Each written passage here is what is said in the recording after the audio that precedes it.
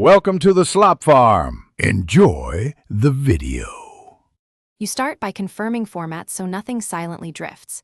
Check sample rate, 48K HC, frame rate, and codec. Then make or locate a single sharp sync marker, clap, slate, or a one-frame flash so waveforms and frames line up.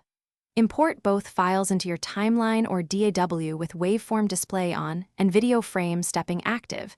This gives you visual handles. Once done, zoom in to see the transient and the exact frame that should anchor audio to picture, and set a marker there. Now focus on precise alignment. Zoom to sample or single frame granularity and visually match the audio transient to your frame marker. You nudge the audio clip by sample or frame steps. Use slip edit tools if needed so the audio content stays intact while its alignment changes.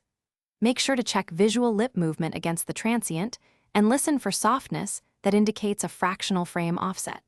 If you hear echoes or phase issues, try shifting by one sample or using fractional frame interpolation to tighten the sync.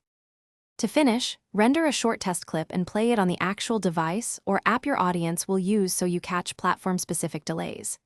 If you detect drift over time, inspect sample rate conversion, timeline frame rate, and any resampling settings.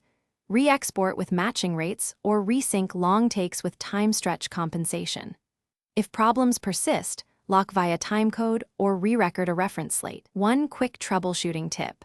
Always verify original file metadata first.